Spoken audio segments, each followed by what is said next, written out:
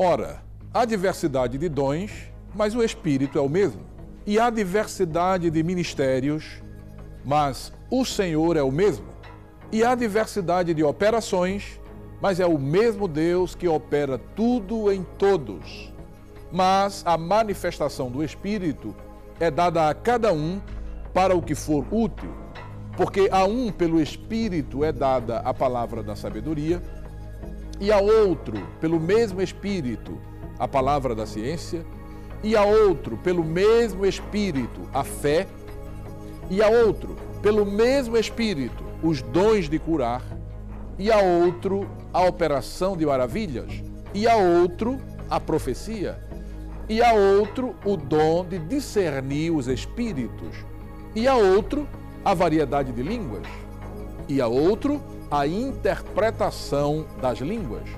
Mas um só e o mesmo Espírito opera todas estas coisas, repartindo particularmente a cada um como quer.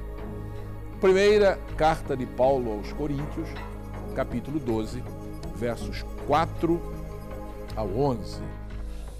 Queridos, que a bendita paz de nosso Senhor Jesus Cristo seja com você que nos assiste e com toda a sua família. Estamos de volta para a realização de mais um programa, O que a Bíblia Diz. Este é o programa de apologética da Igreja Evangélica Assembleia de Deus em Pernambuco. Queremos agradecer penhoradamente a sua audiência e dizer a você que é muito bom ter você conosco, como nosso telespectador, como nossa telespectadora. Queremos, neste início de programa, transmitir a saudação do nosso querido pastor presidente, pastor Ailton José Alves, a você que tem sido um assíduo telespectador da Rede Brasil de Comunicação. A Rede Brasil agradece a você e faz um pedido. Nós sempre fazemos esse pedido aqui, que você seja um agente multiplicador desta mensagem que transmitimos, que é a mensagem de Deus, é a mensagem da palavra de Deus, é o Evangelho de Cristo. Então você pode fazer isso agora mesmo, passando aí, enviando uma mensagem para os seus amigos, não é? Nas redes sociais, nos seus grupos de amigos. Você pode fazer com que essas pessoas também acompanhem a programação da Rede Brasil, o programa O que a Bíblia Diz. Certamente, Deus lhe recompensará. Muito bem, retomando a reflexão sobre o tema pentecostalismo, nós estamos abordando este tema, você deve estar lembrado aí, não é? O tema, no geral, é pentecostalismo, neopentecostalismo e movimento carismático, não é? E nós estamos ainda abordando o pentecostalismo, o primeiro assunto deste nosso tema, que é bastante abrangente, não é? Pois bem, então nós retomaremos a reflexão sobre o pentecostalismo e continuaremos explicando sobre a estrutura organizacional da Assembleia de Deus no Brasil. Como nós já falamos, existe a Convenção Nacional, também chamada de CGADB, não é? Que é a Convenção Geral das Assembleias de Deus no Brasil. E a Convenção Geral tem como um dos seus objetivos promover a união e o intercâmbio entre as convenções estaduais e também entre os ministros da Assembleia de Deus no Brasil. Porque as convenções estaduais, elas são formadas, não é? Compostas pelos ministros que trabalham, que cooperam na obra naquele estado, não é? Então, a CGADB, ela tem essa missão de congregar, não é? De promover o congraçamento, a união fraternal, não é? Entre as convenções e entre os ministros dos estados, não é? No entanto, cada convenção estadual, como já falamos, é autônoma para decidir o futuro da igreja no estado, no seu estado de origem, não é? É muito importante, queridos, que se esclareça isto, pois de quando em vez aparece alguém nas mídias aí falando em nome da Assembleia de Deus. E para quem não conhece, no caso, a denominação, a estrutura organizacional da da denominação, né, pode pensar que a pessoa esteja falando em nome de todas as igrejas, Assembleias de Deus no Brasil. E, na verdade, não é bem assim.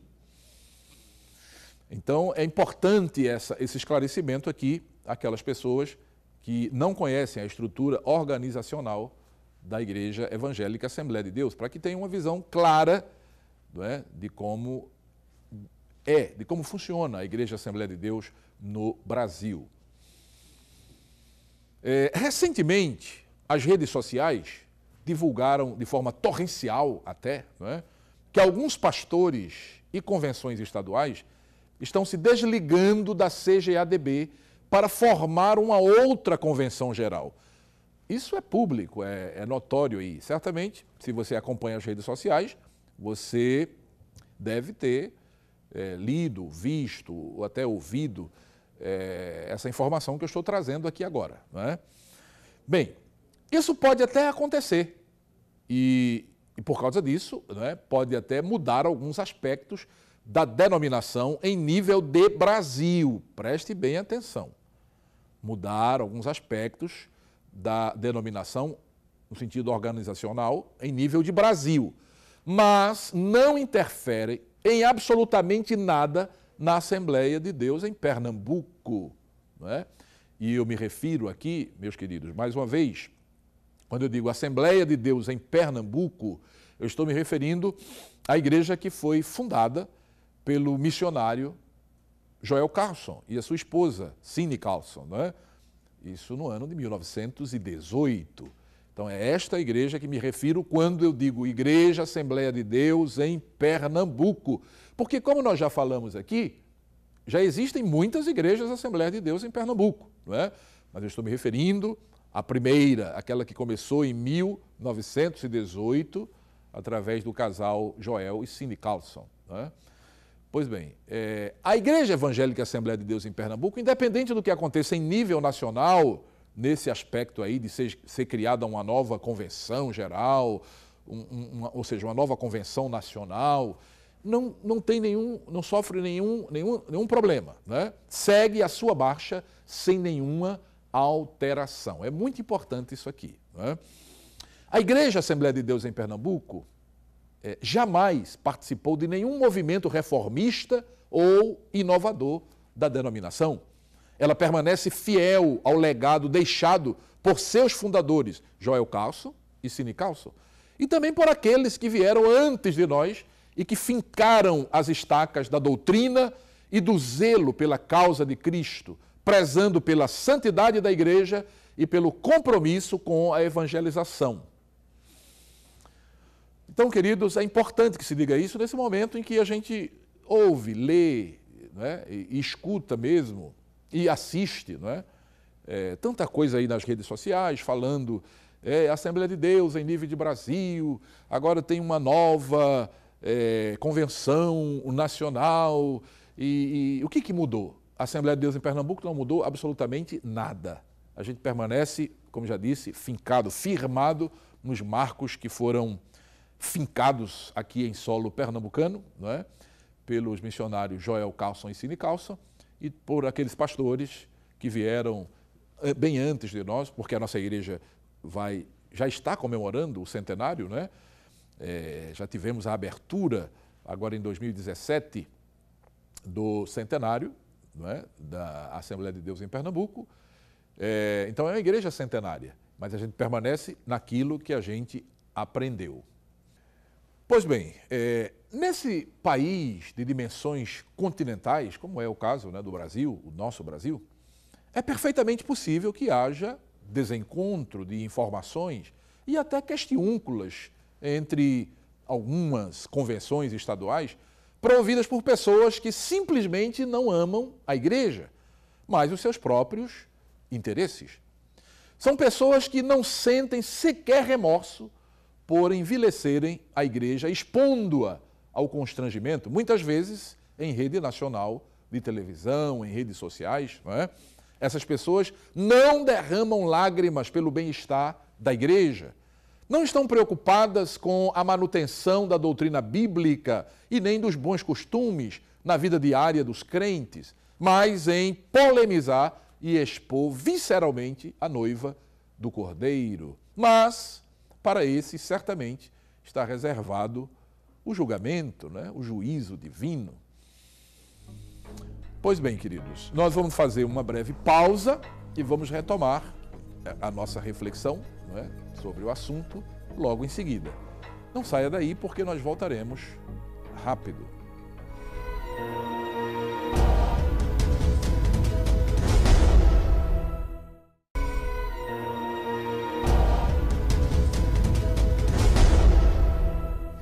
Graças a Deus, já estamos de volta com o programa O que a Bíblia Diz. E mais uma vez, saudamos a você, telespectador, telespectadora assídua da Rede Brasil de Comunicação. Deus vos abençoe. Queremos transmitir, mais uma vez, a saudação do nosso pastor presidente, o seu abraço fraternal, o Salmo 133, a todos aqueles que têm honrado, não é, a programação da Rede Brasil, que não se afastam, há pessoas que não desligam nenhum aparelho, estão sempre ligadas na programação da Rede Brasil de Comunicação. Não somente aqueles que acompanham pela TV, não é? Ou pelo desktop ou computador, mas há também pessoas acompanhando pelo smartphone, pelo tablet, porque você pode entrar lá e baixar o app da Rede Brasil TV e assiste normalmente, não é? Com a qualidade de imagem excelente, não é? Então, através do app, as pessoas estão também assistindo a Rede Brasil. E você pode fazer isso. Pode divulgar para que outras pessoas também alcancem, não só pessoas que estão aqui dentro do nosso país, mas fora do país também. Há muitos brasileiros nos Estados Unidos, da América, em outros países, na Europa, aqui mesmo na América Latina, em vários países, não é? Na América Latina. Essas pessoas podem acompanhar a programação da Rede Brasil sem nenhuma dificuldade através do app Rede Brasil TV. Baixa lá o app e assiste a programação normalmente com uma qualidade excepcional. Pois bem, mas retomando ao assunto pentecostalismo, nós entendemos que com essa abordagem, né, iniciando lá pelo dia de Pentecostes, ou seja, uma abordagem histórica, não é? Tem ficado claro que o poder de Deus, o poder pentecostal, manifestado através do batismo com o Espírito Santo, com a evidência inicial da glossolalia, ou seja, do falar em línguas estranhas, é uma realidade para os nossos dias. E será uma realidade até o último momento da igreja nessa atual dispensação, ou seja, até o último momento em que a igreja estiver aqui na terra. Então, penso que essa abordagem que nós estamos fazendo, né, de certa forma histórica, vai ajudar as pessoas a compreender, né, essa realidade. Né? Mas dando continuidade ao tema pentecostalismo, neopentecostalismo e movimento carismático, eu quero aproveitar o ensejo para falar um pouco sobre uma doutrina que se contrapõe à atualidade do batismo com o Espírito Santo e da manifestação dos dons espirituais, tais como se deram nos primórdios da igreja e, notadamente, não é? Iniciando com o evento do derramamento do Espírito Santo, lá no auspicioso dia de Pentecostes, lá naquele cenáculo em Jerusalém. Não é? Você já ouviu falar da doutrina do cessacionismo? Essa doutrina prega que o batismo com o Espírito Santo e a manifestação dos dons espirituais foram apenas para a época dos apóstolos de Cristo. E, uma vez finda a era apostólica, esses dons e o batismo com o Espírito Santo também cessou.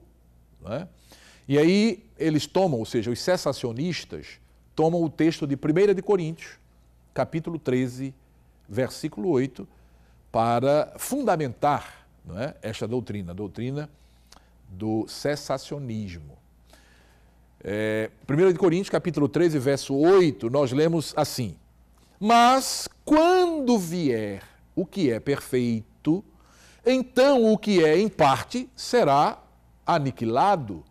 Aí os cessacionistas interpretam a expressão quando vier o que é perfeito como uma referência ao fechamento do cânon do Novo Testamento. Ou seja, segundo a doutrina do cessacionismo, uma vez que o cânon do Novo Testamento foi completado, foi fechado, não se faz mais necessário a manifestação do Espírito Santo, como se deu no dia de Pentecostes e em outros momentos da igreja primitiva, como nós já citamos aqui no programa.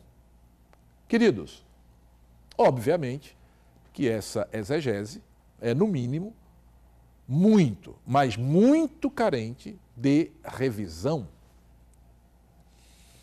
Não precisa muito esforço para perceber que os cessacionistas estão equivocados. Os nossos irmãos, né, que não creem na atualidade dos dons espirituais, na atualidade do batismo com o Espírito Santo, porque simplesmente entendem que, à luz desse texto de 1 de Coríntios, que quando o cânon do Novo Testamento foi fechado, foi encerrado, né, então não havia mais necessidade do Espírito Santo agir como agiu nos primeiros momentos da igreja, no derramamento do Espírito lá no dia de Pentecostes e momentos subsequentes também, quando isso aconteceu, né, na vida da igreja.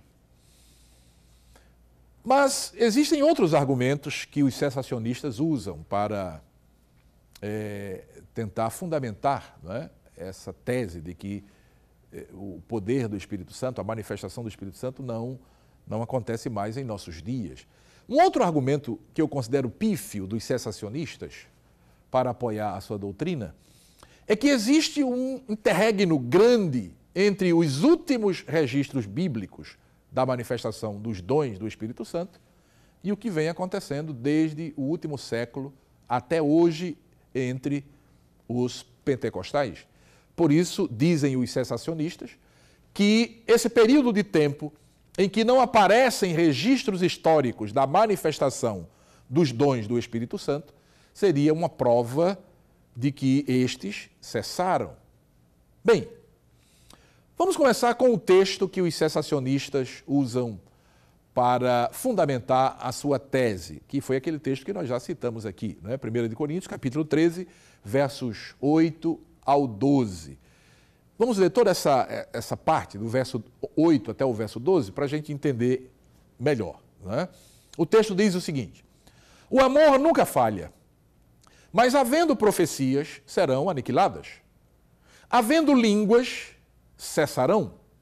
Havendo ciência, desaparecerá. Porque em parte conhecemos e em parte profetizamos. Mas, quando vier o que é perfeito, então o que o é em parte será aniquilado.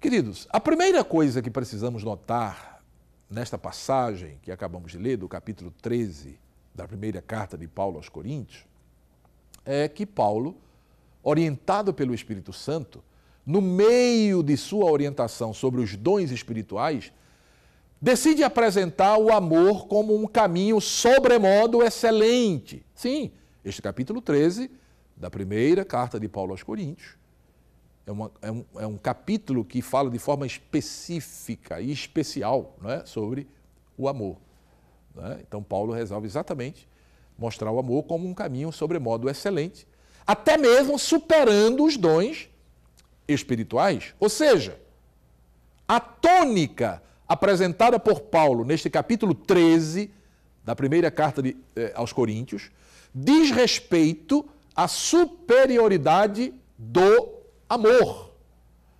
Paulo coloca lado a lado o ágape e o charismata, né? E procura deixar bem claro que enquanto aquele é eterno, ou seja, o amor, estes, os charismatas, né, os dons, são temporários. Enquanto a manifestação dos dons espirituais tem um prazo para acabar, o amor perpassa todas as eras, pois o amor nunca acaba. Essa é a mensagem predominante de 1 de Coríntios 13. Queridos, nós já falamos aqui reiteradas vezes que não se deve tomar um texto isolado, um versículo, um conjunto de versículos, um capítulo, um livro, e tentar dali extrair uma doutrina de forma isolada, sem analisar o contexto amplo, não é? Tanto o contexto imediato como o contexto amplo. Isso geralmente leva a interpretações equivocadas, não é? Então, quando alguém pega um texto, não é, isola ele e dali tenta fazer extrair uma doutrina, um ensinamento normativo, terminante, geralmente acontece isso que aconteceu com aquelas pessoas que defendem a doutrina do cessacionismo, não é? E nós estamos tentando aqui explicar a miúde o significado desse capítulo 13 da primeira carta de Paulo aos Coríntios, para entender que ali não fala da cessação dos dons espirituais na época, na dispensação da igreja, não é? Ali está mostrando a superioridade do amor frente aos charismatas, não é? Aos dons espirituais. Pois bem, que a manifestação dos dons espirituais cessará, entendemos que é ponto pacífico, não é?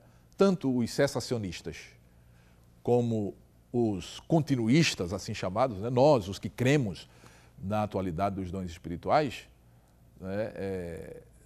Acreditamos assim, que um dia, em um momento, né? a manifestação dos dons espirituais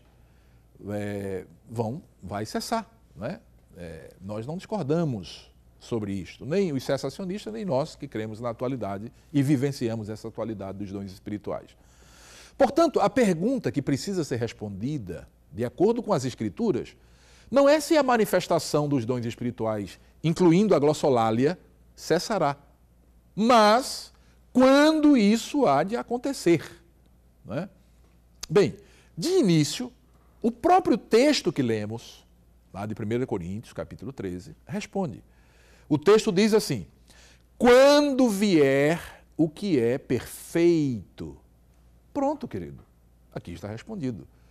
Quando é que a manifestação dos dons espirituais, o batismo com o Espírito Santo, cessará? Quando vier o que é perfeito. Mas então surge uma outra questão. O que significa o que é perfeito? Não é? Bem, como nós já dissemos, os cessacionistas entendem que a expressão o que é perfeito diz respeito ao cânon do Novo Testamento. Desse modo, quando os 27 livros que compõem o Novo Testamento foram concluídos, a manifestação dos dons espirituais teria cessado. Essa interpretação parece até plausível, até porque ressalta a importância do cânon do Novo Testamento. O problema consiste quando a gente usa a regra áurea da hermenêutica bíblica, que é a Bíblia interpreta a própria Bíblia para aferir esta expressão.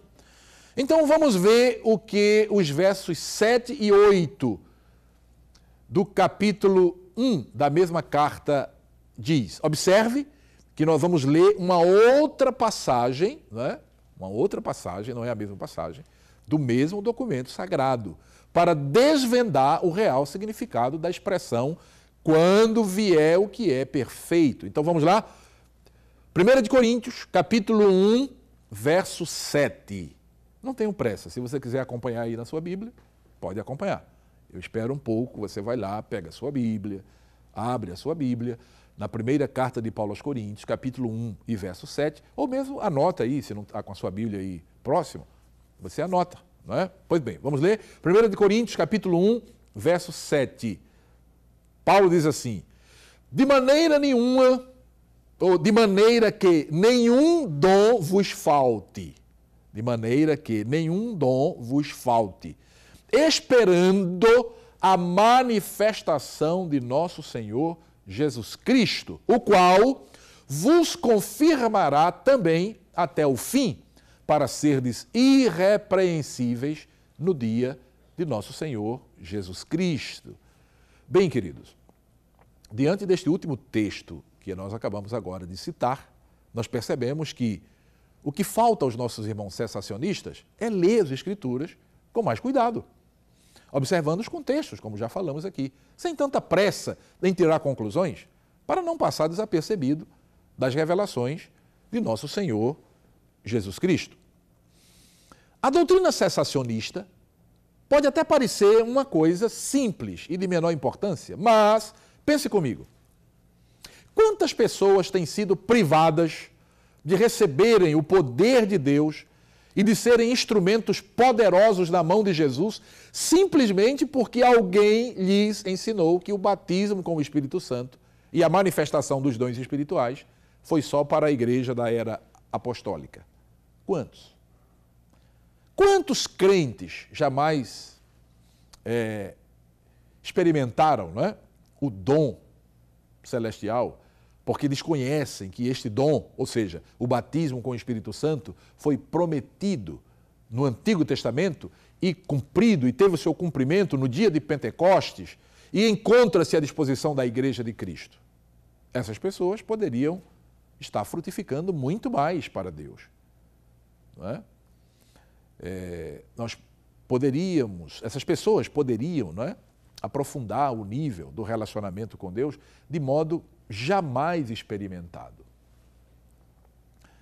Então, é uma doutrina, ou seja, o cessacionismo é uma doutrina que traz prejuízo. Sim, traz prejuízo. Porque quando uma pessoa deixa de receber o batismo com o Espírito Santo, eu me refiro a uma pessoa crente em Jesus. Eu estou me referindo à pessoa que nasceu de novo, a nova criatura, não é?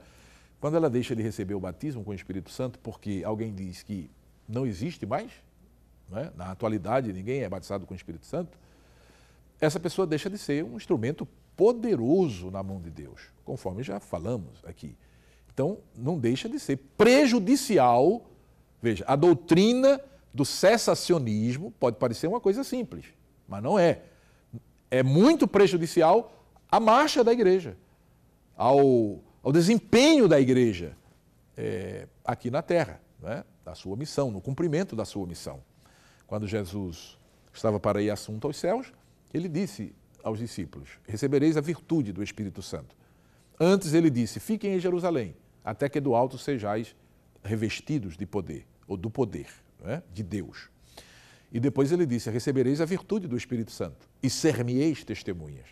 Ou seja, a virtude do Espírito Santo, o poder do Espírito Santo, vem para habilitar, capacitar o crente, dando a ele ousadia, não é, na pregação do Evangelho. De forma que quando o crente ele desconhece que esse poder está à sua disposição, ele não deixa de ser crente. Eu não estou dizendo que a pessoa que não é batizada com o Espírito Santo não é salvo, não é isso que eu estou dizendo. Até porque o batismo com o Espírito Santo, ele é uma bênção subsequente à bênção da salvação, não é? Mas a pessoa vive aquela vida cristã sem expressão quando não conhece e não experimenta o poder de Deus. Queridos, nós vamos concluir por hoje, mas vamos dar continuidade a este assunto. Assunto empolgante, não é? Falar sobre o poder de Deus, batismo com o Espírito Santo, dons espirituais, é sempre empolgante. Mas nós queremos agradecer a sua atenção e dizer que esperamos você no próximo programa e que a bênção de Deus continue sobre a sua vida e sobre toda a sua família.